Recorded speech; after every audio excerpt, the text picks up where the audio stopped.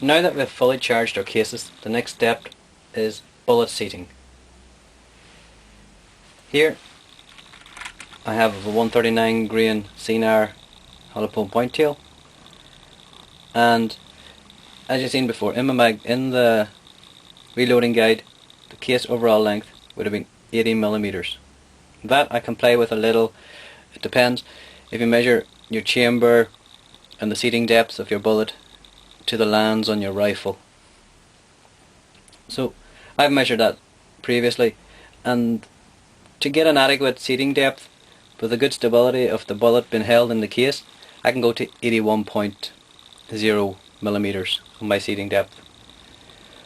Also, you'd want to ensure before you start seating depth, or well, before you decide on a seating depth, that a completed round will actually fit into the magazine if you're going magazine feeding your rifle. And in my case, I have a 6.5 by 55 bolt action rifle, and I will be feeding my rounds from the magazine, so I always want to make sure that the completed round will be able to sit into the magazine fine, and also with a bit of space from the bullet tip to the end of the case, and that it can extract from the magazine without being interrupted or being moved. A vital tool in seating depth is a vernier calipers. These are the digital calipers, and these can give me the digital reading of the case overall length and the bullet seating depth. I've also invested in a Sinclair bullet comparator.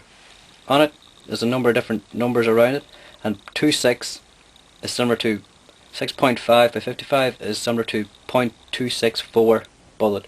This has got different holes for different calibers, so if I go to 2.26, I can slide my bullet into the hole. Don't push it in, don't force it, don't have it in that's really stuck tight. Have it in that just sits in very easily, because you don't want it making a mark on your bullet, because that could affect your bullet coefficiency when it's going through the air. So just slide it on. That goes through. The reason I would have a bullet comparator is we can, when we seat a bullet into a case, we can have it here. Once we seat a bullet in through the press, the overall length you can measure from the head of the case to the tip of the bullet. But in some cases, the tips of some bullets can be a little bit damaged and can be a little bit different. You may get different readings. From every bullet you can measure could be a different reading. Therefore, down to the curve of the bullet, it's usually a bit more perfect in the reading that you'll get. Therefore, the bullet comparator sits over here, and it'll give you a reading from the top of here, from top of the bullet comparator to the head of the case. That reading should always just almost be identical every time, without having to adjust your seating die on every go. Okay, so let's start and begin it. Just take these apart.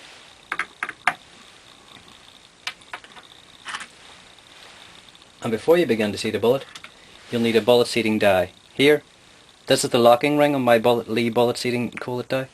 This is the locking ring, and here is the seating depth. Moving this up and down will adjust the depth of the bullet, how much it's seated in the case. So I'm going to attach this to the press.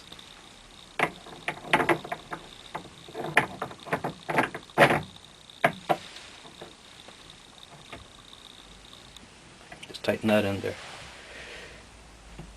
Lee always suggests that to get a bullet seated correctly, you put it in, put in your die, put in your case. So we'll put the case into the case holder, take the bullet, just leave it by handheld on top of the case, and let's just nicely lower the ram, and as you see, the bullet will slide up into the seating die. At some point, we don't know, ideally you won't know what depth your bullet's going to be seated at in the first go, so always wind it out, always make sure you wind it all out and put it in and edge the bullet in slowly, just small bits by small bit, and measure every time you move it, because you want to get it, you want to measure it and have it seated at the depth that you want to require. So let's push this down. It doesn't take a lot of force, very slight. That's less than a pound of pressure. Now, guide the bullet back out. And you can also, Lee always recommend that you can turn the bullet maybe 180 degrees and just slide it back up. This tries to make the bullet seat as perfectly as possible. Slide the bullet back down. Let's take it out. So now we have a bullet seated. It's seated in. We don't know the measurement of this overall length yet, so let's measure it with the digital calipers and our bullet seat comparator. Put it on. Without the bullet comparator, let's just measure to see if we get case overall length is 80 millimeters. This is from the head of the case to the bullet tip. Always try to make sure that it's flush on the calipers. Slide it in gently and touch.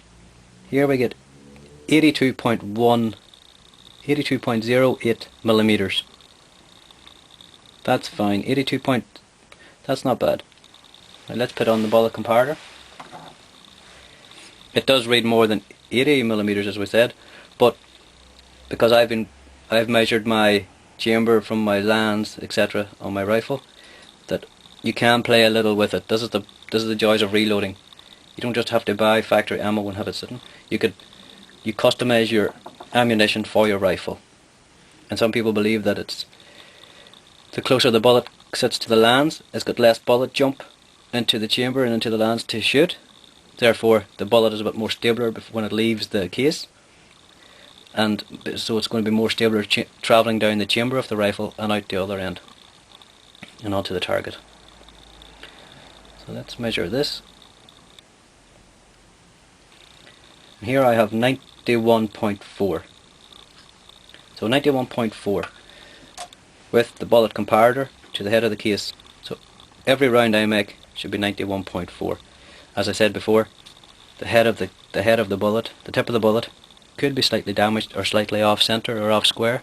Therefore, it could give you a different reading every time you use the calipers. And you'd be tempted then to adjust your seating die at every step, but that's really a no-no. You want to set your seating die to once you have it set, keep it at that set and have it locked in tight with your locking ring here, and that can be always used at that seating depth. But always do check it every time you take it apart and reload it. So let's go for another. Actually, let's just check.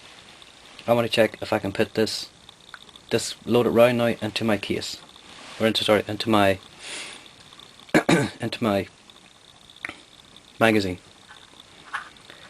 Okay, so that fits into the magazine. You can see it's tight against the back wall of the magazine, and I have about a 5mm gap for when I want to eject.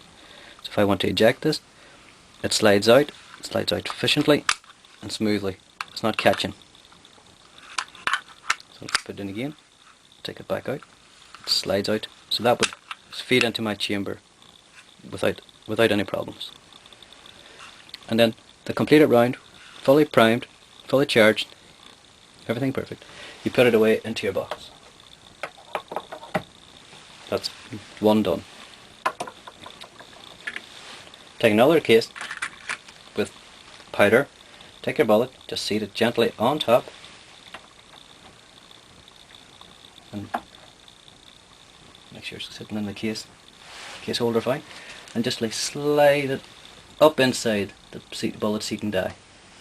Take it down, turn it about 180 degrees, just slide it back up, and return it.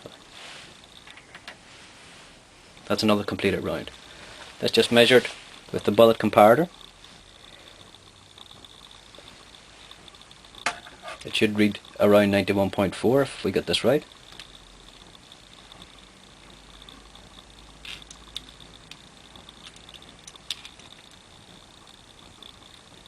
Hold those both in place.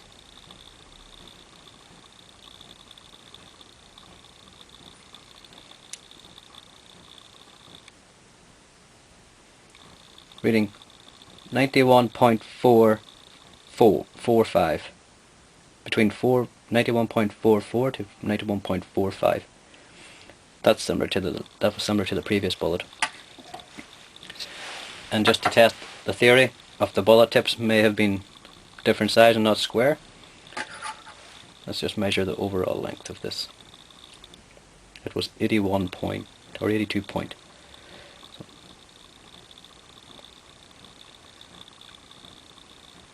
here we have 82.11